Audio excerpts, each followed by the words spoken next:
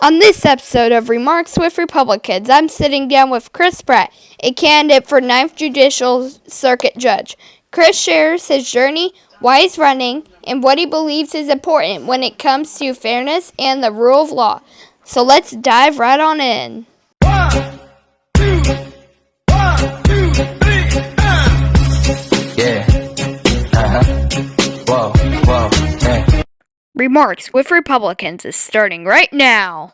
For viewers who may not know you yet, who is Judge Chris Pratt? What shaped your path into the legal profession and judiciary? Well, Chris Pratt, I am one of 6 kids from a Catholic family here in Quincy, Illinois. I grew up in a very small 1,000-foot house with 5 siblings. It was a busy place. We had 1 bathroom, and we struggled a lot. And then my parents sacrificed for us a lot. They put us in good schools, and we did well. And I don't know what your audience is, but what I'll go ahead and tell you is that I got my girlfriend pregnant in high school. And that was not a good call, but I stood by my decisions and my consequences of our actions. We kept our daughter, and we stayed together.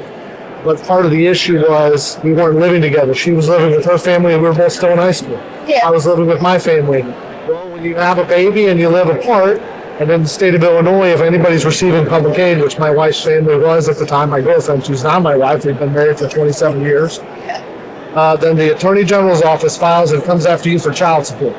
So that meant when I was 16 years old, and I was working in Fazoli's, I had to go appear in child support court in front of a judge with my girlfriend. And that judge was not particularly nice to me. I was there with a shirt and tie every time with the mother of my child, but he just didn't want to hear what I had to say, didn't want to be very nice to me. And that experience stayed with me. And so when I decided to go back to school a few years later, because I started college and then we had some health issues, so we both stopped going to college. When I went back to college, I said, I want to go and be a lawyer. I want to help people. I want people to understand the court system, and I want them to get a fair shake. And that's something that drove me towards the law. What motivated you to serve Adams County as a judge, and what keeps you passionate about this work? Well, what motivated me was, again, that opportunity to be able to be a judge that listens, that hears people, and gives them a fair shake. Before I was a judge, right before I was a judge, I was a public defender. And what I learned with most of my clients wasn't that they thought they were innocent or that they thought they wanted to get away with no consequences for their actions. They wanted a fair opportunity. They wanted someone to listen to them and fight for them. And that's what I tried to do. I tried to fight for their rights and make sure their rights were upheld, because that's important. If I uphold their rights and fight for their rights, then everybody else's rights are protected too. But one of the things that really made me want to continue and try and become a judge, and thankfully become a judge, was that opportunity to let people be heard, to give them their opportunity to speak. Because again, when I was in court, I didn't get to talk. Right? The judge didn't want to hear from me.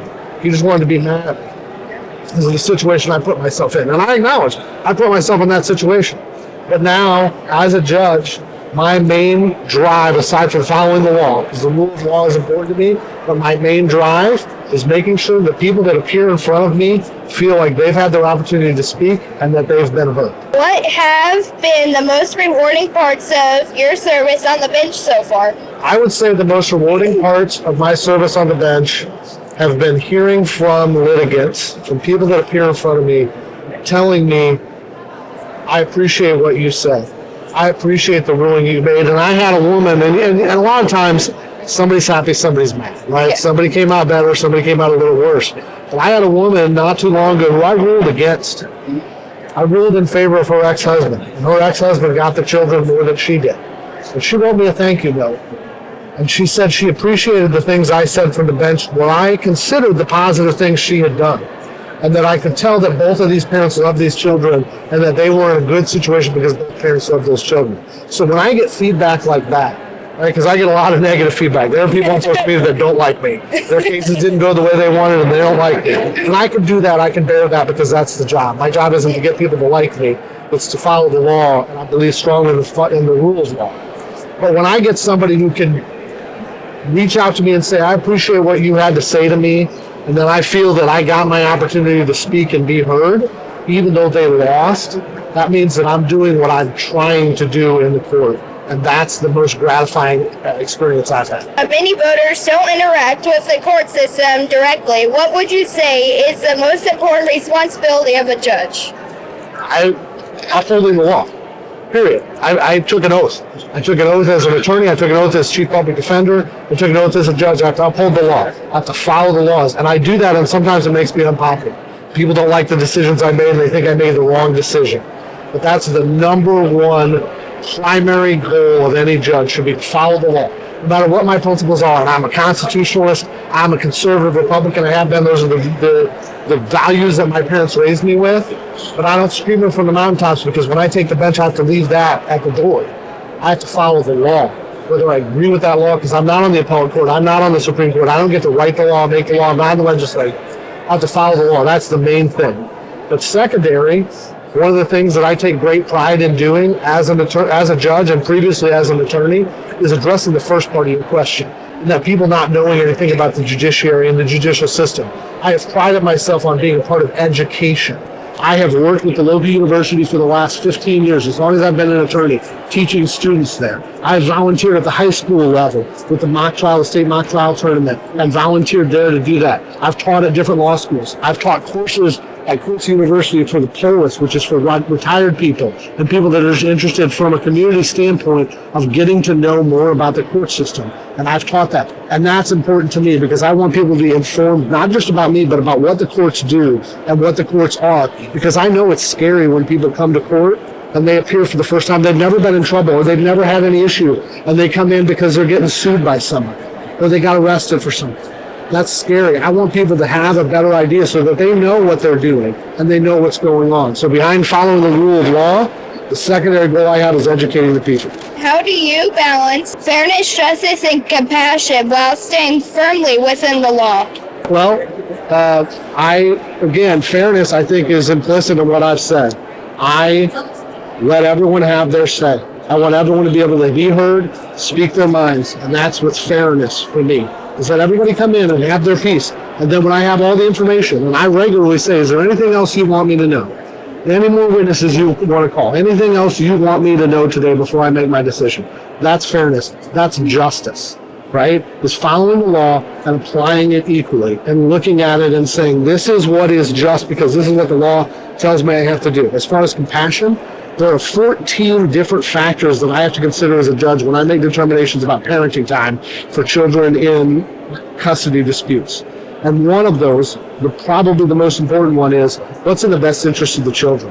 And that's where compassion comes in. Because even looking at fairness, looking at justice, and you've got two parents that are trying to claim what they want and what they believe is their version of events and what's best, I have to look at it with compassion. I have to look at what's in the best interest of these children. Which parent is going to take the most care of them? Or are they both? Or what is going to be the best arrangement for these children? So it's baked into the decisions I make, because looking at compassion, giving people an opportunity. And there are times when people don't get what they want, a lot.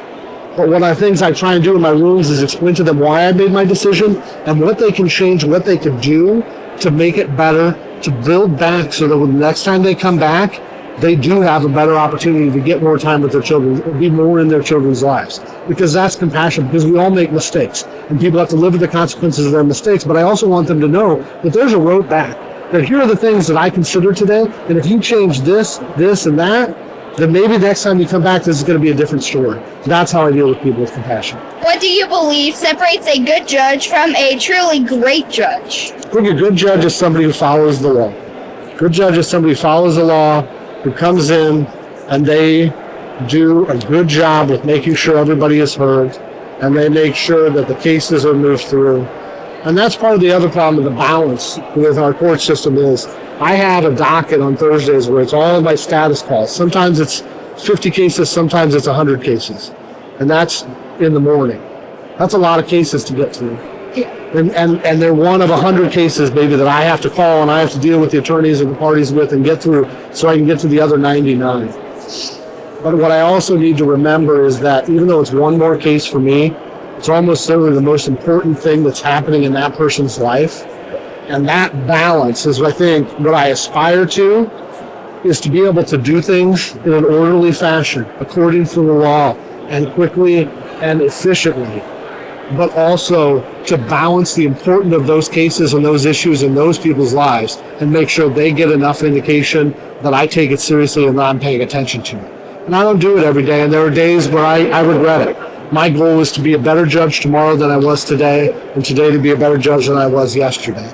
And so I think balancing that and maintaining that, taking care of everybody in that room and making sure their needs are met and then giving the opportunity to hurt is what makes somebody a great judge. And it's what I aspire to do every day better than I did the day before. What experiences and local career best prepared you to serve as a judge in Adams County? I think the opportunity that I had as a public defender, where I was in court almost every day, and I was in those same docket calls where I had a lot of public defender cases, and having to work with the prosecutor on the other side, and at the same time with my client here, who they don't like each other very much. He doesn't want to do what he wants to do, and she doesn't want to do what he wants to do. And trying to get everybody to work together so we can resolve cases and keep those cases moving and be able to come in and update the judge and say, this is what's going on in this case, this is how much more time we need, or we need to go to trial, go along those lines. To keep those cases moving, again, while considering everybody's viewpoints, like protecting my client's rights, but also considering why the state is coming after my guy and what they want to do and what outcome we can do. So that was fantastic. That was a fantastic opportunity and experience to be in those courtrooms and move those cases along. And I think that the observation and the operation of how court works from the front lines, because I did it a little bit in civil, but that not nearly as much, because civil cases don't go to trial very much. It's a lot of things you do before trial and then things get worked out. But as a judge, I have to go to court every day. That's my job. And so that opportunity to be in court every day for 8 years, working and watching tons of cases go through, that was tremendous experience and opportunity to learn that. Can you share a moment from the courtroom that reinforced why the role of judge is so critical in our justice system? Yes. Very recently, I had a case. It's a custody case, and it's got two parents. The one parent has an attorney, the other parent doesn't. And the parent that doesn't have an attorney, she was getting upset. She was getting very upset with what was going on. And she was getting upset and she was being disruptive. She kept wanting to talk over everyone, and she didn't want to listen. She didn't want to pause and give the other side the opportunity to talk. She didn't want to let me talk when I needed to. And the problem was, and what I occurred to me throughout the course was, of that hearing was, she was having a mental health issue. She was having a mental health meltdown. And nobody else there is looking out for her. She doesn't have an attorney. The other side, the other attorney, they're not there to help her. Security is there to keep order. They're not happy that she's being disruptive. So you've got a lot of people with different goals there. And the judge is supposed to be a neutral arbiter to keep control and make sure things are operating properly. And so what I ended up having to do was end that hearing, and I helped participate in getting her involuntarily committed to the hospital. That's not something I wanted to do, but she needed the help. And if a judge hadn't been there, if this had been just two parties arguing something out, then I don't know if we would have gotten them. I don't know if she would have gotten the help that she needed. And that's why having somebody that's neutral, that's not for one party or the other, is what's so important. What skills or perspective do you bring to the bench that you believe set you apart in this election? The perspective that I have is, I think, different from a lot of judges. I talked about struggling. I talked about struggling as a child in my family growing up. I talked about struggling as a teenager, as an adult. Struggling. And bringing that perspective in, because there are a lot of people in the legal community, and not everybody, but there are a lot of people that come from wealth. Lawyers have lawyers for kids. Judges have judges for kids. And it's not unusual for people that have done well for themselves to have children that have the opportunities to do well. But they don't have that same perspective. They don't have that same perspective of somebody who's struggling and understanding why somebody might be doing the things they're doing, and not just looking at the decisions they made or the actions they took, but how can we figure out why they're here, and how can we address those underlying issues more than just why they're here, or as much as, or at least in addition to.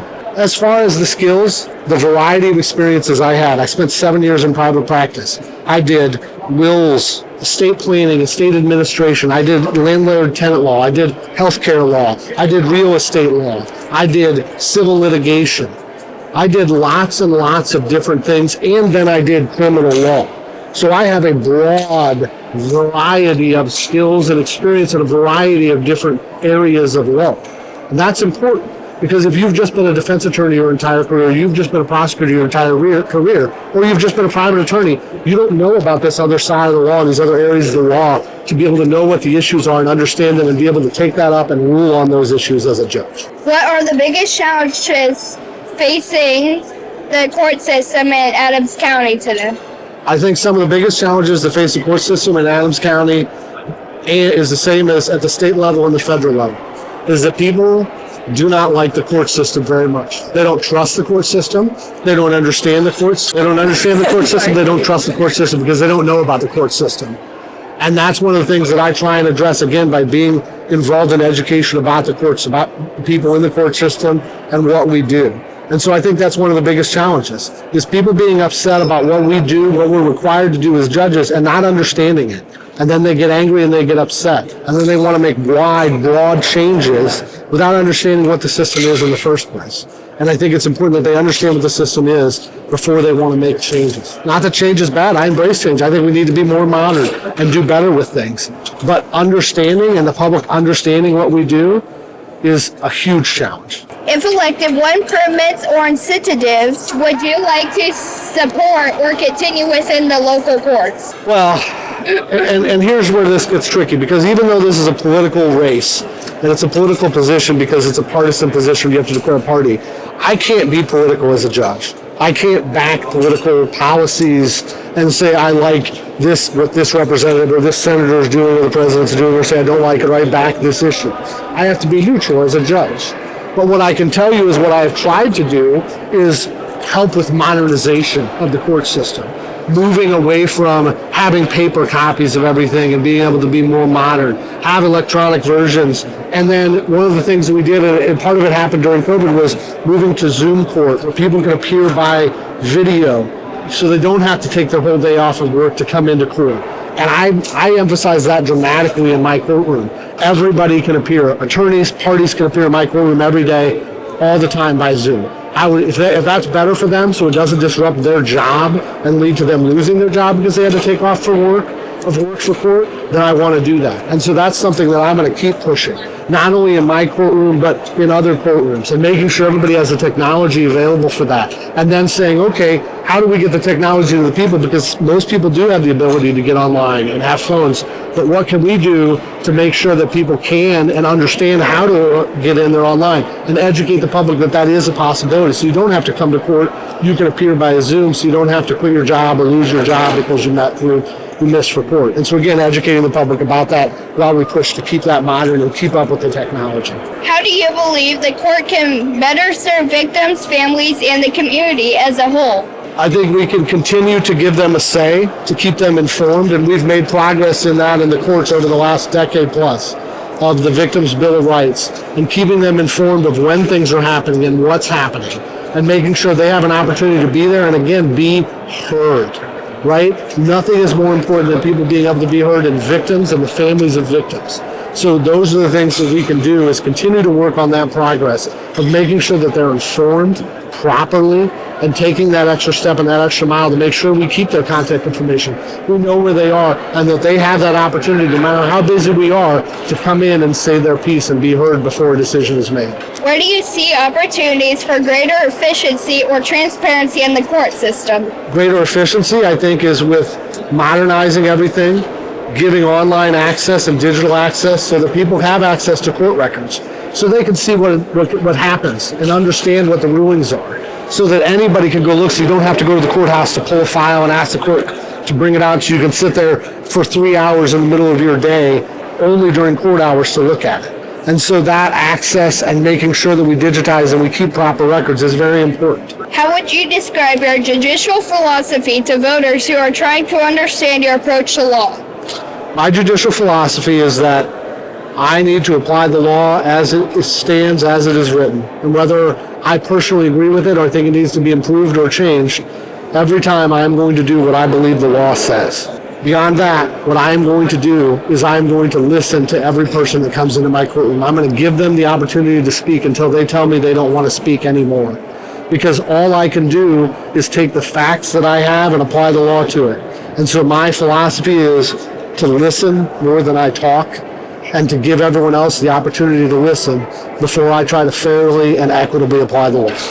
What principles guide your decision making when cases are especially difficult or emotionally charged? What I try to do is, again, when people are getting upset, when they're charged, what I try and do is I try and take regular breaks. I try and make sure that people have an opportunity to decompress at times. I try and take regular breaks for everybody. Nobody likes to sit in a courtroom all day for 6 hours, right? I try and take a break about every hour and a half. Let everybody stretch their legs, get some perspective, get a little bit of air, and then come back. One of the other things I do, because I deal with family court, is I talk to kids a lot, right? Sometimes they're as old as you, sometimes they're younger than you. And one of the things that I try and do to avoid that from being a scary, traumatic experience is I don't do it where I'm on the bench and they come in and now testify if I can help it.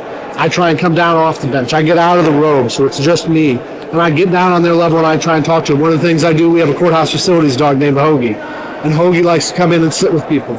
So what I do is I have Hoagie come up so that kids can sit with Hoagie and relax and pet Hoagie. And that's his job, is to keep everybody calm and relaxed and help them not be upset and traumatized. And so that's what I try and do to avoid the emotions coming too high. And then when they're relaxed and they're talking to Hogan, then I just try and have a conversation with them and get the information that I need from them. So it is something I take very seriously, and that's something I do regularly. How important is this for judges to remain impartial, and what steps do you take to ensure that in your courtroom?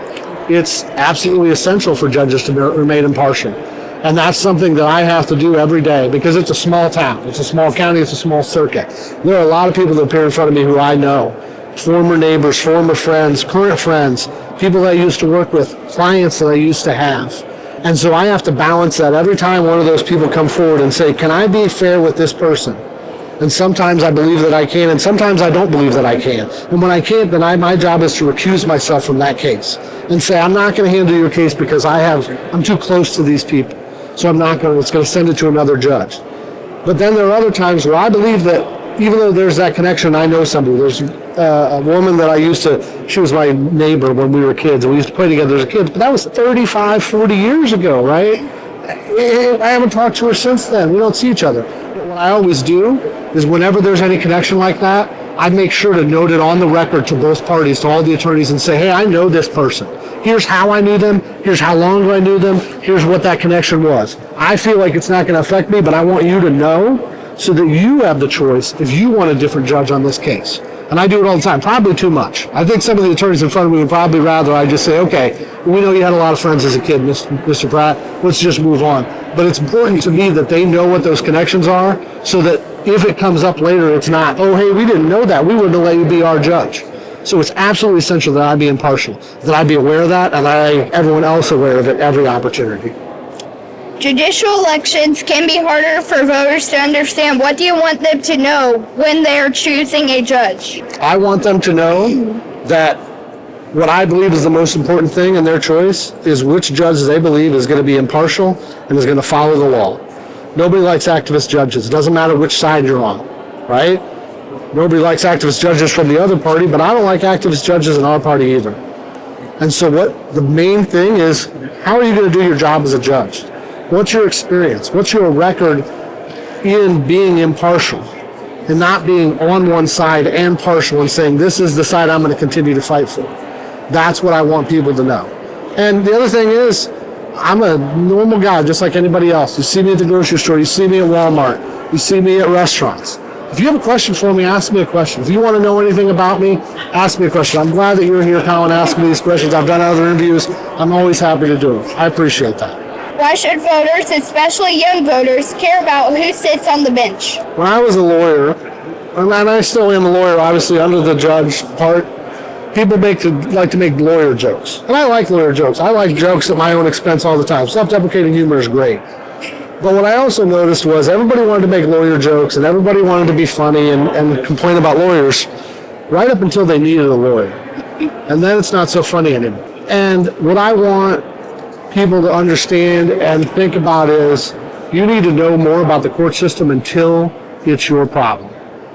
Right? Because when you're in there, when it's your problem, whether it's family court or you got arrested, that's why you need to know about the courts. That's why you need to be informed and you need to care who's those judges because you might be there someday. You don't know. Somebody might hit your car and not have insurance and you end up having to sue them.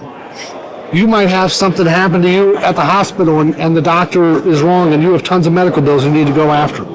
Or you have a family member who gets arrested, right? Rightfully or wrongfully, because there are a lot of people that do get arrested wrongfully.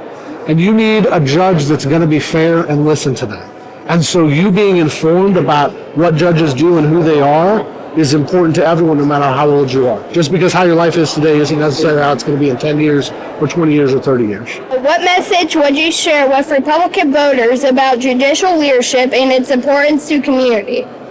I think judicial leadership is incredibly important to the community. I think any elected official, anyone that deals with the public that's a public servant, that leadership, it's not just through my job. It's about being a leader in the community. And that's one of the things, my campaign slogan, all my signs say, Judge Chris Pratt, from here, for here. And I don't just mean, hey, I grew up here, so you should make me a judge, or you should vote for me for judge.